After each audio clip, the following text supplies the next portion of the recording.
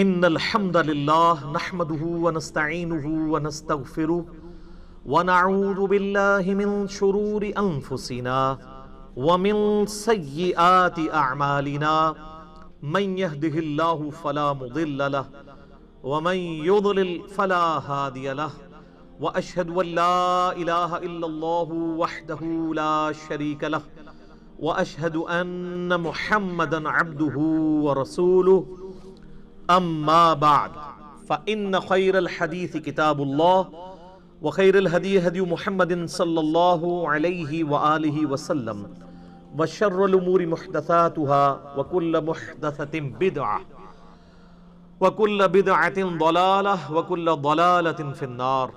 اعوذ باللہ السمیع العلیم من الشیطان الرجیم من ہمزہ ونفخہ ونفثہ. بسم اللہ الرحمن الرحیم. رب اشرح لی صدری ویسر لی امری واحلل عقدۃ من لسانی یفقہوا قولی.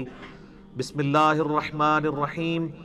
ان اللہ وملائکتہ یصلون علی النبی یا ایہا الذین آمنوا صلوا علیہ وسلموا تسلیما. اللہم صل علی محمد وعلی آل محمد کما صلیت علی ابراہیم وعلی آل ابراہیم انک حمید مجید. اللہم بارک علی محمد وعلی آل محمد کما بارکت علی ابراہیم وعلی آل ابراہیم انک حمید مجید. اللہم ربنا آتنا فی الدنیا حسنۃ وفی الآخرۃ حسنۃ وقنا عذاب النار. لا الہ الا انت سبحانک انی کنت من الظالمین.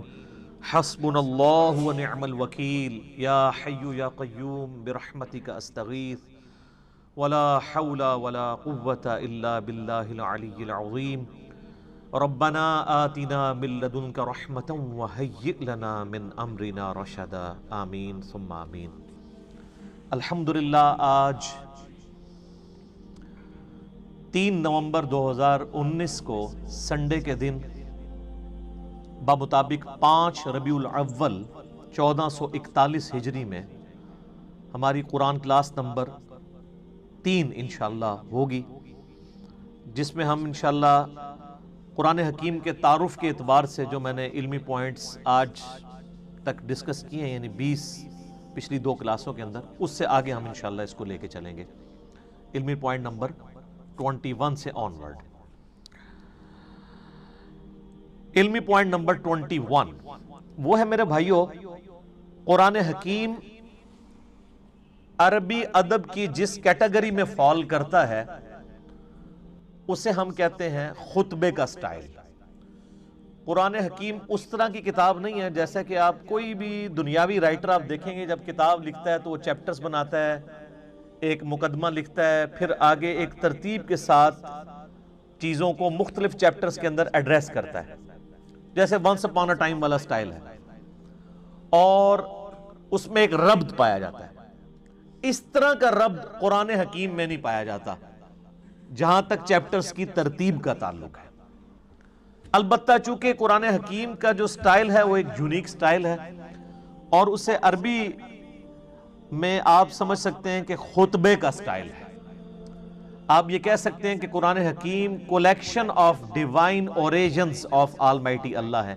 اللہ تعالیٰ کے خطبات، تقریروں کا مجموعہ ہے. ہر سورت ایک کمپلیٹ تقریر ہے، چاہے وہ مختلف اوقات میں نازل ہوئی، لیکن اگر آپ اس خطبے کو پورے کی پوری سورت کو ایز اے خطبہ دیکھیں گے تو آپ کو اس میں ایک مرکزی ٹاپک نظر آئے گا. جیسے ہمارے خطبہ حضرات بھی، چاہے وہ مذہبی لیڈرز ہوں یا پولیٹیکل لیڈرز ہوں، جب بھی تقریر کرتے ہیں تو ان کا ایک مرکزی ٹاپک ہوتا ہے. اس ٹاپک کے ارد گرد ساری گفتگو چلتی ہے.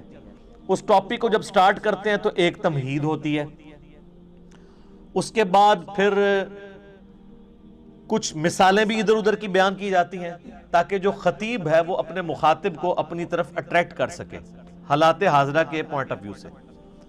اور پھر جب خطبہ کنکلوڈ ہونے لگتا ہے تو جو سب سے زیادہ مرکزی ٹاپک ہے اس کو دوبارہ سے ایڈریس کیا جاتا ہے کیونکہ بات کنکلوڈ ہو رہی ہوتی ہے. چونکہ قرآن حکیم اللہ تعالیٰ کے خطبات کا مجموعہ ہے، 114 خطبے ہیں، 114 سورتیں جو ہیں، اس کو ذہن میں رکھ کے قرآن حکیم کو پڑھیں گے تو پھر آپ کو بات سمجھ آئے گی کہ یہ سٹائل کیوں ہے۔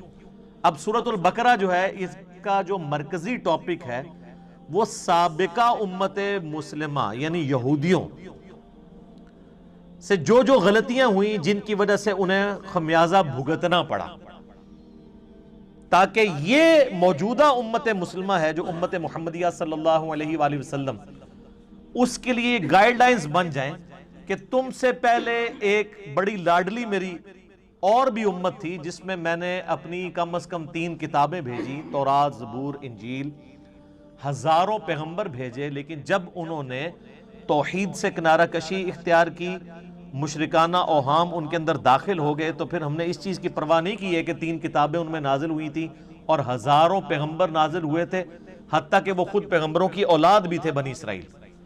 پھر ضربت علیہم الذلہ والمسکنہ، پھر ہم نے ان کے اوپر ذلت اور مسکنت مسلط کر دی، اور اس میں بھی ٹاپ آف دا لسٹ بنی اسرائیل کو، یہودیوں کو ایڈریس کیا گیا۔ اس سے اگلی سورت سورہ آل عمران کے اندر مرکزی طور پر ایڈریس کیا گیا ہے کرسچنز کو، اور مضامین بھی بیان ہوئے ہیں لیکن مرکزی ٹاپک یہ ہے۔ اس لیے آپ دیکھیں جتنی بھی صورتیں ہیں ان کا آغاز بھی بڑا جاندار ہوتا ہے۔ سورۃ البقرہ ہی دیکھ لیں، الف لام میم ذالک الکتاب لا ریب فیہ، یہ وہ کتاب ہے جس میں شک کی کوئی جگہ نہیں ہے۔ اس کا صحیح ترجمہ ہے اس میں شک کی جگہ ہی نہیں ہے۔ ھدی للمتقین، ان لوگوں کے لیے ہدایت ہے جو ڈر جانے والے ہیں، یعنی جو زندگی میں اپنی عقل استعمال کر کے ایک دفعہ ضرور اس رزلٹ پہ پہنچتے ہیں کہ ساری کی ساری کائنات جس نظام کے تحت چل رہی ہے وہ نظام کسی کے بنانے سے بنا ہے۔ God is the only explanation of all the physical phenomena in this universe۔ اس کائنات میں ہونے والے ہر فزیکل فینومینا کے پیچھے خدا ہے، اللہ ہے۔ پھر وہ ڈر جاتے ہیں کہ وہ اللہ جس نے ہماری مرضی کے بغیر ہمیں پیدا کیا ہے، وہ ہمارے ساتھ کچھ بھی کر سکتا ہے، اس کی طرف رجوع لاتے ہیں، غیب پر ایمان لاتے ہیں، نماز پڑھتے ہیں، اس کے دیے ہوئے رزق میں سے اس کی راہ میں خرچ کرتے ہیں۔ اور پھر سورۃ البقرہ کا اینڈ کتنی جاندار آیات پہ ہو رہا ہے، آمن الرسول بما انزل الیہ من ربہ والمؤمنون کل آمن باللہ وملائکتہ وکتبہ ورسلہ آنورڈ۔ اسی طریقے سے آپ ساری صورتوں کو دیکھیں تو ان کا سٹارٹ اور اینڈ بڑا جاندار ہے، اور پھر بیچ میں آپ کو مثالیں بھی بیان کی جائیں گی، واقعات بھی بیان کیے جائیں گے تاکہ بوریت نہ آئے۔ اور یہ قرآن حکیم کی میرے بھائیوں وہ خصوصیت ہے، قرآن بور نہیں ہونے دیتا۔ یہ نہیں ہے کہ اب سورۃ البقرہ شروع ہوئی ہے تو صرف یہودی ایڈریس ہو رہے ہوں گے یا ان کی کوئی ایک چیز خاص ایڈریس ہو رہی ہوگی، نہیں، اس میں کچھ مثالیں بھی بیان ہوں گی، کچھ واقعات بھی بیان ہو جائیں گے اس سے پہلے کے، پھر اس کے بعد ایک کنکلوژن نکالا جائے گا، پھر گائیڈ لائنز ہوں گی، یونیورسل ٹروتھ آئیں گے۔ 7 یونیورسل ٹروتھ سورہ بقرہ میں آئے ہیں، بنی اسرائیل کے واقعات کو اللہ تعالیٰ نے ایڈریس کر کے ہر واقعے کے بعد ایک یونیورسل ٹروتھ بیان کیا ہے کہ یہ میرا رول ہے، جو یہ کرے گا چاہے وہ جو کوئی بھی ہو اس کے ساتھ یہ ہو جائے گا۔ اس لیے قرآن حکیم میں انسان کا انٹرسٹ لوز نہیں ہوتا، بشرطے کہ قرآن پڑھتے ہوئے آپ کو یہ بات سمجھ آئے کہ قرآن کس سٹائل میں لکھا گیا ہے، کس سٹائل میں نازل ہوا ہے۔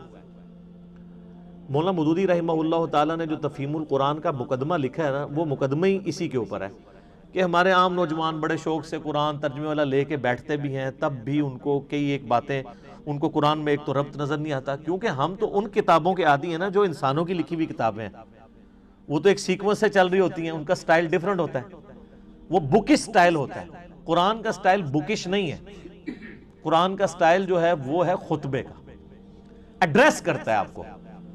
اسی لیے مولا علی رضی اللہ تعالیٰ عنہ علیہ السلام کا قول ہے کہ جب میں نے اللہ سے گفتگو کرنی ہوتی ہے تو میں نماز پڑھتا ہوں، اور جب میری خواہش ہوتی ہے کہ میرا اللہ مجھ سے گفتگو کرے تو میں قرآن پڑھتا ہوں۔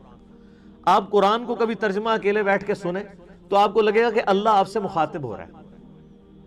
یہ والی کوالٹی کسی الہامی کتاب میں نہیں تھی، باقی کتابیں سلیبس کی فارم میں تھی، اس لیے ہم کہتے ہیں یہ قرآن کتاب اللہ بھی ہے اور کلام اللہ بھی ہے، اور اسی لیے اللہ کی صفت بھی ہے۔ یہ آپ کو ایڈریس کرتی ہے، بندہ ہل جاتا ہے۔ آپ کو پتہ ہے یہ صوت القرآن چینل 1992 میں جب ایکس پرائم منسٹر پہلی دفعہ پرائم منسٹر بنے تھے تو اس وقت انہوں نے یہ صوت القرآن چینل شروع کیا تھا جو ریڈیو کے اوپر چلتا ہے. کبھی امام کعبہ کی آواز میں عربک اور پھر فتح محمد جلندری صاحب کا ترجمہ, مراج الدین خان کی آواز میں ایک چلتا ہے. وہ لگتا ہے کہ آپ کے اندر ہی گھس جائے گا. وہ بندہ پریزنٹ کرتا ہے قرآن کے ترجمے کو. پھر بولنے کا سٹائل کہ مخاطب کے دل میں اتر جائے وہ بات. تو آپ کو وہ ترجمہ سن کے اپنی زبان میں, جن لوگوں کو عربی نہیں آتی ان کو بھی فیل ہوتا ہے کہ واقعی اللہ مجھ سے گفتگو کر رہا ہے. خطبے کا سٹائل. تو مودودی صاحب نے اس مقدمے میں لکھا کہ ہمارے نوجوان لے کے بیٹھتے بھی ہیں, تب بعد میں پریشان ہو جاتے ہیں کہ یار یہ عجیب بے ربط آیات ہیں, کبھی کوئی بات شروع ہو جاتی ہے, کبھی کوئی بات شروع ہو جاتی ہے. لیکن جس بندے کو اسٹائل کا پتہ ہے نا, اس کو قرآن حکیم کی ہر آیت کا دوسری کے ساتھ ربط بھی نظر آئے گا. وہ ربط آپ ایک دفعہ اس چیز کو ڈسکور کر لیں تو آپ کو بھی ٹیسٹ فیل ہوگا. آپ پتہ اس وقت انگلینڈ کے اندر ایک, اب نیو مسلم تو نہیں ان کو کہنا چاہیے, اب ان کو 10 سال سے زیادہ ہو چکے ہیں, مسلمان ہوئے, عبد الرحیم گرین. اس وقت ٹاپ آپ سمجھ لیں سپیکرز میں سے ہیں مسلمانوں کے. انگلش میں وہ ان کے مختلف ٹاپکس پہ لیکچرز ہیں.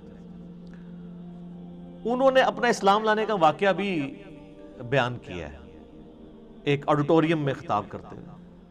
اس میں ایک بات انہوں نے بڑی زبردست کی, باقی آپ یوٹیوب پہ دیکھ سکتے ہیں. وہ کہتے ہیں جب یہ کتاب میں نے پہلی دفعہ پڑھنی شروع کی نا, تو یہ قرآن کا جو سٹائل تھا نا گفتگو کرنے کا, اس نے مجھے بہت امپریس کیا کہ جب کوئی انسان کتاب لکھتا ہے وہ اس سٹائل میں نہیں لکھتا. وہ کہتا ہے میں قرآن کے سٹائل سے امپریس ہوا ہوں کہ یہ گفتگو اس طرح کرتا ہے اور اس کانفیڈنس کے ساتھ گفتگو کرتا ہے کہ یہ کریٹر آف دا یونیورس ہی گفتگو اس طریقے سے کر سکتا ہے. انسان تو اتنے اعتماد سے دوسرے کے ساتھ بات ہی نہیں کر سکتا. اس میں جو کانفیڈنس ہے کتاب کے اندر, پھر اس کتاب کا جو سٹائل ہے وہ بتاتا ہے کہ یہ انسان کی لکھی ہوئی کتاب نہیں, کیونکہ انسان جب بھی کتاب لکھتا ہے نا ایک خاص سیکوینس کے تحت لکھ رہا ہوتا ہے, چیپٹرز بناتا ہے, اور یہ بالکل ڈیفرنٹ سٹائل. حالانکہ اس کو اس وقت یہ نہیں پتا تھا کہ اس کا سٹائل کون سا ہے, خطبے کا سٹائل ہے. تو خطبہ تو اسی طرح ہی ہوتا ہے. خطبے کا سٹائل ہے اس لیے کہ خطیب کا کام یہ ہوتا ہے کہ وہ اپنے مخاطب کے دل میں اپنی بات اتارے. تو اللہ تعالیٰ اس کتاب کا خطیب بھی ہے, اور یہ کتاب اللہ کی صفت ہے. یہ مخلوق نہیں ہے, غیر مخلوق ہے, کیونکہ کلام متکلم کی صفت ہوتا ہے. میں پچھلے لیکچرز میں اس کو ڈسکس کر چکا ہوں. تو قرآن حکیم پڑھتے وقت یہ آپ نے ذہن میں رکھنا ہے کہ اس کا سٹائل خطبے کا سٹائل ہے. جب خطبے کا سٹائل ہے تو پھر اچانک اگر کوئی واقعہ آ جائے بیچ میں تو پریشان ہونے والی بات نہیں کہ اچانک یہ بات ہوتے ہوتے یہ بیچ میں واقعہ کیسے آ گیا. پھر اچانک آپ دیکھتے ہیں خطیب بھی جب بیان کر رہا ہوتا ہے, آپ آج کل کے پولیٹیکل لیڈرز کو دیکھ لیں, جب وہ گفتگو کرتے ہیں کسی خاص ٹاپک پہ بات کر رہے ہوتے ہیں, اچانک کرتے کرتے کوئی ماضی کا واقعہ یاد کرتے ہیں, پھر ساتھ ہی جو سامنے بیٹھے ہیں ان سے بھی مخاطب ہو کے کوئی ادھر چیز دیکھنے والی ہوتی ہے آئیڈینٹیفائی کرنے والی, وہ فوراً آئیڈینٹیفائی کرتے ہیں, پھر اپنے موضوع کی طرف واپس آتے ہیں. یہ سٹائل قرآن کا ہے. یہی وجہ ہے کہ صحابہ اکرام علیہم رضوان کے اندر بجلی بھر دی تھی اس کتاب نے. ان کو فیل ہوتا تھا کہ ہمارا کریٹر ہم سے مخاطب ہے, ہماری بات کر رہے ہیں. سر ہماری بات تو ہے نا. آپ دیکھیں غزوہ بدر ہو رہی ہے تو اس کی لائیو کمنٹری سورۃ الانفال کے اندر آئی ہے. غزوہ احد ہوئی ہے تو 60 آیات مسلسل. غزوہ احد میں جو مسلمانوں نے غلطیاں کی, جس کی وجہ سے اللہ نے جو فتح کا وعدہ کیا تھا پورا کرنے کے بعد اس فتح کو شکست میں بدل دیا, ایک ایک چیز ہائی لائٹ کی. سورہ الاحزاب کے اندر غزوہ خندق کی لائیو کمنٹری آئی ہے.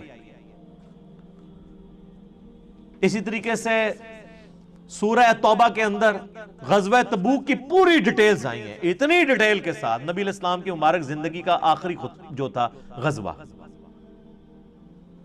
کس طریقے سے مسلمانوں کو اس جد و جہد کے اندر گزرنا پڑ رہا تھا, منافقوں کو فیس کرنا پڑ رہا تھا. اہل ایمان اور منافقین میں فرق کے لیے وہ بہت کریٹیکل سچویشن تھی غزوہ تبوک کی. اور اس وقت بڑے بڑے جو اپنے آپ کو سمجھتے تھے ہم ایمان والے تھے, ان کے بھی پاؤں لڑکھڑا گئے تھے. ظاہر ہے وہ سپر پاور سے ٹکرانا تھا, رومن امپائر سے جا کے. تو یہ ساری کی ساری چیزیں آپ کو پڑھنے کے بعد آپ اس زمانے میں پہنچ جائیں گے، اور پھر آپ یہ فیل کریں کہ آپ اس زمانے کے اندر ہوں اور آپ کا رب آپ سے گفتگو کر رہا ہو۔ اب اس میں تو اسی طرح ہی ہوتا ہے نا، یا ایھا الذین آمنوا جب ہمیں کہا جا رہا ہوتا ہے تو وہ تو 1400 سال پہلے کہا جا رہا ہوتا ہے، لیکن ان میں تو وہ لوگ موجود تھے جنہوں نے وہ غلطیاں کی ہوئی تھی جن کی وجہ سے اللہ ان کو مخاطب کر رہا تھا، تو ان پہ اس چیز کی جو کیفیت طاری ہوتی تھی نا، وہ آج اس لیول کی کیفیت کبھی طاری نہیں ہو سکتی، لیکن اس کے قریب قریب ضرور ہے۔ میرے ایک دوست بتانے لگے، ان کے جاننے والوں کی نا انگلینڈ کے اندر ایک شاپ ہے، تو وہ کہتے ہیں ہم نے نا پورا دن نا ایک قرآن کی تلاوت اور ترجمہ لگایا ہوتا تھا، ایک انگلش میں بھی ریکارڈنگ ہوئی ہے، وہ بھی صوت القرآن چینل کے اوپر کبھی کبھار چلتی ہے۔ ویسے یہاں پہ جو رفاع یونیورسٹی ہے نا اسلام آباد میں، ان کا 24 گھنٹے قرآن کا چلتا ہے چینل، وہ آلموسٹ 3-4 دن میں قرآن پاک مکمل کر دیتے ہیں۔ تو اس میں ایک انگلش ترجمہ ہے، اس میں عربی کی آواز مشاری راشد کی ہے، اور انگلش ترجمہ جو ہے نا وہ اتنی زبردست آواز میں ہے، جس کو انگلش سمجھ آتی ہے تو وہ لگتا ہے کہ خدا آپ سے مخاطب ہے اور آپ کے دل میں اترتا ہے۔ تو کہتے ہیں انہوں نے اپنی دکان پہ وہ ترجمہ لگایا ہوتا تھا، کہتے ہیں جب کوئی نان مسلم بھی کسٹمر آتا تھا نا تو وہ ایک بار ٹھٹک کے سننا شروع کر دیتا تھا، اور کئی کسٹمرز نے کہا کہ آپ اس کو بند کر دیں، کیونکہ اس کو سننے سے ہمارے اوپر اثرات ہو رہے ہیں۔ ظاہر ہے جب دنیا کی بے ثباتی کا بیان ہو رہا ہو، مرنے کے بعد جی اٹھنے کا بیان ہو رہا ہو، اللہ کو آپ اکاؤنٹیبل ہیں، پھر آپ اپنی مرضی کی زندگی تو نہیں گزار سکتے۔ میری خواہشات اور میری ذات کے درمیان سب سے بڑی رکاوٹ کون ہے؟ اللہ۔ اگر اللہ کو میں نکال دوں تو میں اپنی مرضی کی زندگی گزار سکتا ہوں۔ اس لیے آپ دیکھیں گے جتنے ایتھیسٹ ہیں، منکرین خدا ہیں، وہ بیسیکلی منکرین خدا نہیں ہوتے ہیں، بلکہ وہ اپنی مرضی کی زندگی گزارنا چاہتے ہیں۔ اس لیے پھر اس کے لیے پہلی شرط یہ ہے کہ خدا کو بیچ میں سے نکال دیں، ورنہ یہ تو ہر وقت لٹکتی ہوئی تلوار ہے خدا کا کانسیپٹ، کہ آپ اکاؤنٹیبل ہیں کسی کو، آپ کی جواب دہی ہونے والی ہے مرنے کے بعد۔ تو یہ قرآن حکیم کا خطبے کا سٹائل ہے، یہ قرآن پڑھتے وقت یہ چیز ذہن نشین ہونی۔